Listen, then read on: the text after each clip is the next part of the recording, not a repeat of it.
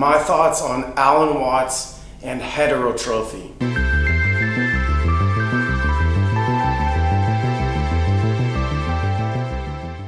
Okay, so what is heterotrophy? It's a simple word actually. It just means hetero means other and trophy means eat. So it's eating others. So trophy is like consume the other. So heterotrophy is consuming the other. Okay, so I'll preface this by just stating that I grew up in a religion that was almost sort of competitive with Alan Watts and every other sort of California cult type thing going on in the 60s and 70s. The religion I grew up in was called is called Self-Realization Fellowship, and my parents are still devout followers of Paramahansa Yogananda, who is the guru of Self-Realization Fellowship and other religions and cults too. I never really heard of Alan Watts growing up. I think maybe there was a general awareness, maybe I had a general awareness of who he might be, and maybe I'd heard his name mentioned by other people, but I'd never heard of him that I remember. But he was over in Sausalito. I grew up in Richmond Heights, which is where the Self-Realization Fellowship Temple was in Richmond. His church, what he did was he preached in like a Presbyterian church in Sausalito. And I think he had a considerable following, and then he would go around touring and giving lectures in San Francisco and LA and Texas and other places, I guess, around the United States. I've been listening to his talks on YouTube. There's just thousands of them, it seems like, talks on YouTube of his recordings of his lectures over the past year while I've been painting. I had left Self-Realization Fellowship when I was 20 because I remember hearing one of the priests at the big convention that they have in downtown Los Angeles stating that we should be following blindly, right? That you devotees should be following blindly, and that something just snapped in my head, and I said, I'm not going to follow blindly. You know, I do believe in faith, but I'm not sure I believe in blind faith. I believe in full faith. I'll just put it that way. But that's not to say that I've ever been looking for a new guru, okay? And I don't need an intermediary. I've even, like, one of my first paintings, what I did was I just put the word disintermediation across a canvas with a lot of glitter around it.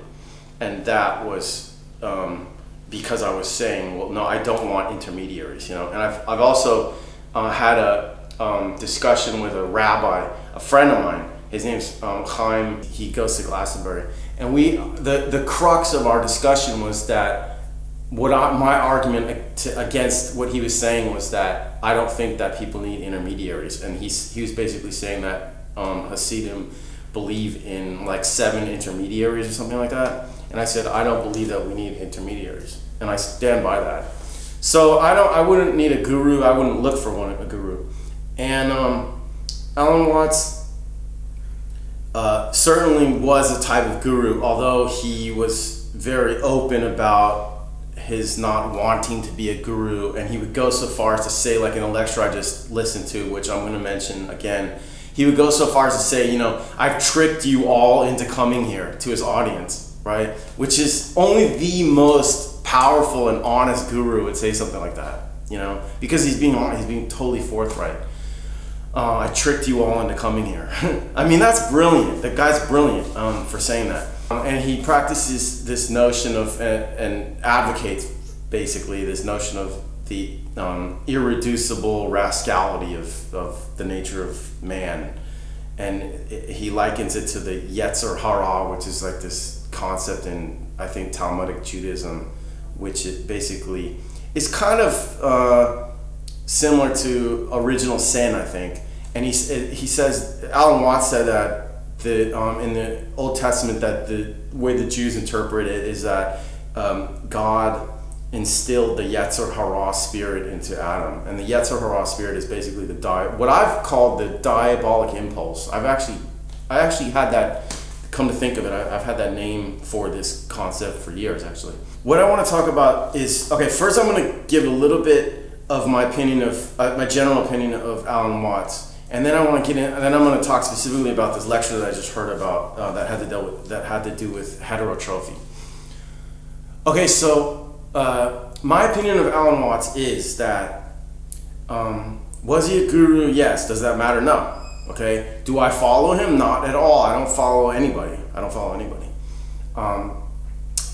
Do I gain from listening to his lectures? Yes, I've gained a lot. The guy was a profound thinker, right?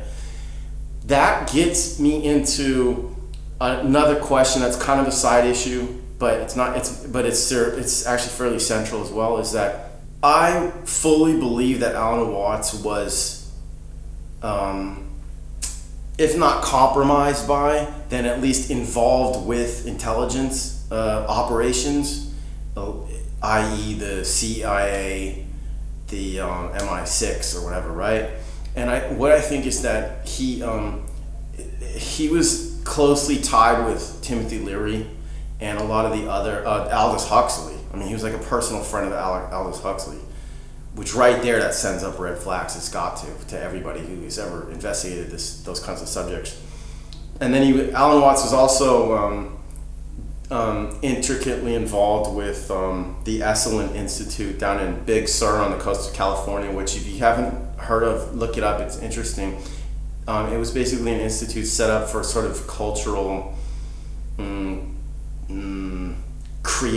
culture creation by people like Aldous Huxley and Timothy Leary and other Allen Ginsberg, other types like that were actively seeding California culture in the 60s with new ideas, basically, that fit a certain agenda, I'm sure.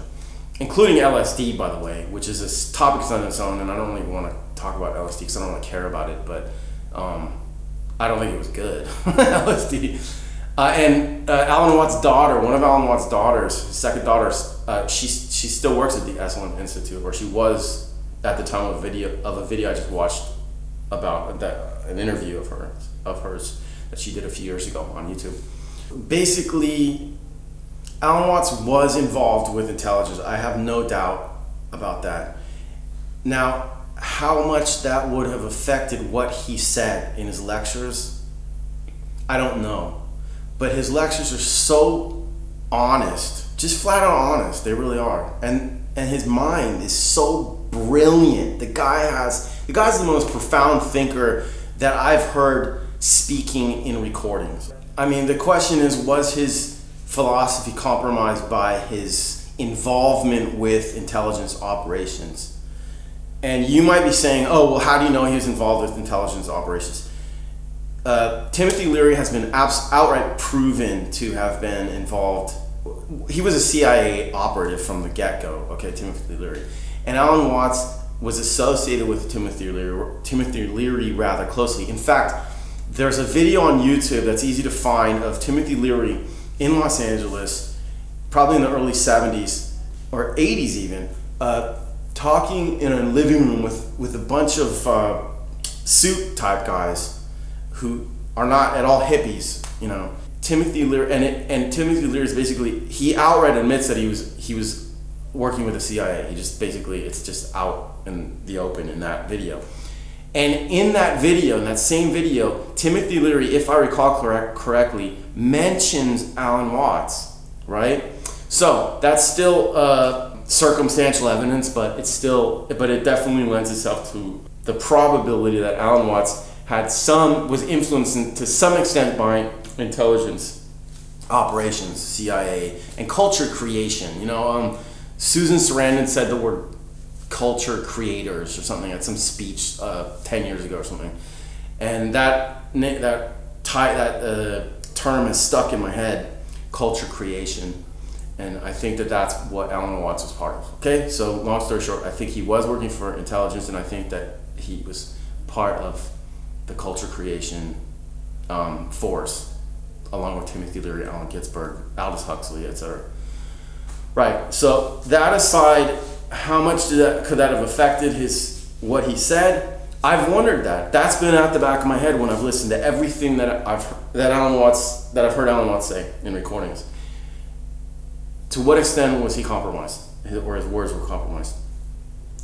And I have to say that everything that I've heard him say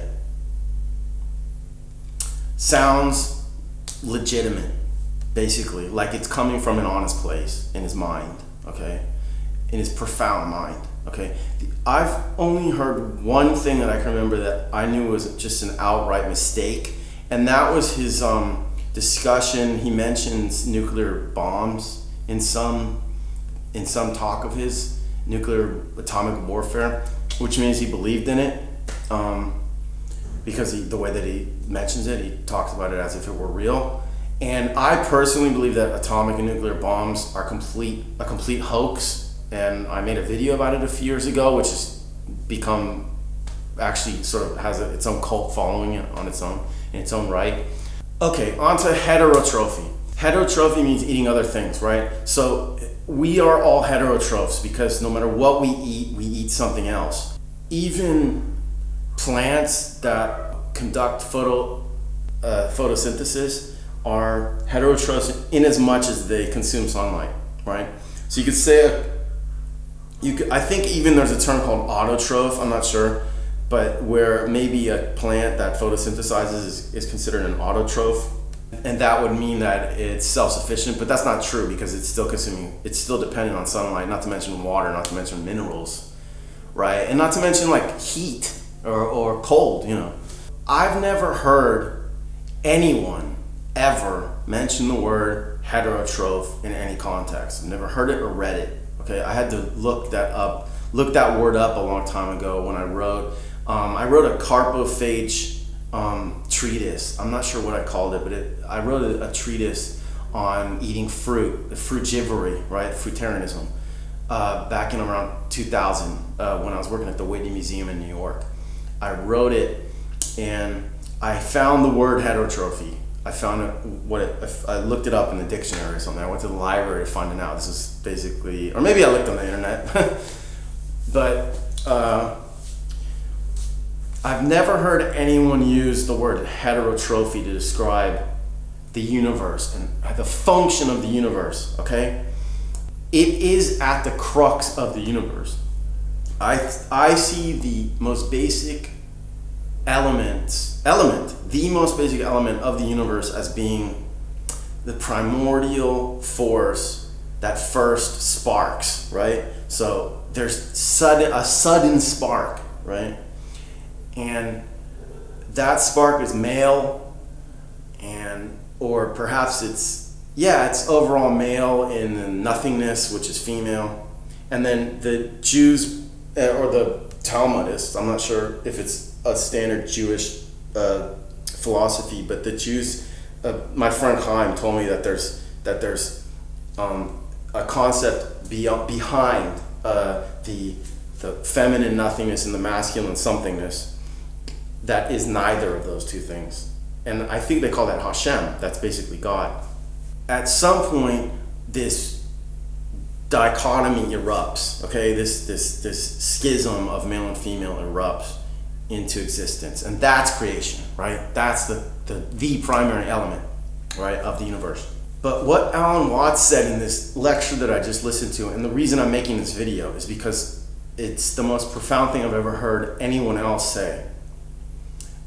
Just outright, is that he was talking about the Ouroboros and how it's eating its tail, the snake eating its tail.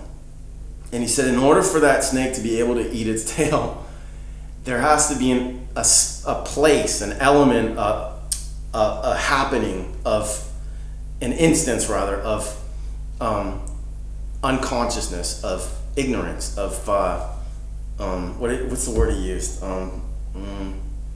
Unawareness, something to that effect, that creates the on and off that allows it to eat itself because it's unaware of that it's eating its own.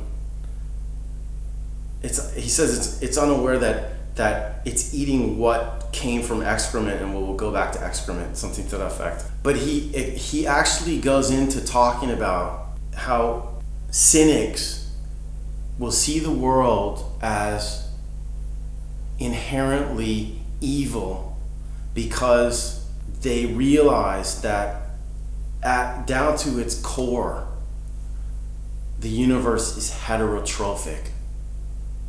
Right? So, meaning that everything consumes everything else. right? And that has been my biggest problem with life for decades now. I remember back in like 97 when I really began thinking about this stuff. I was like in 21 or 2 or something.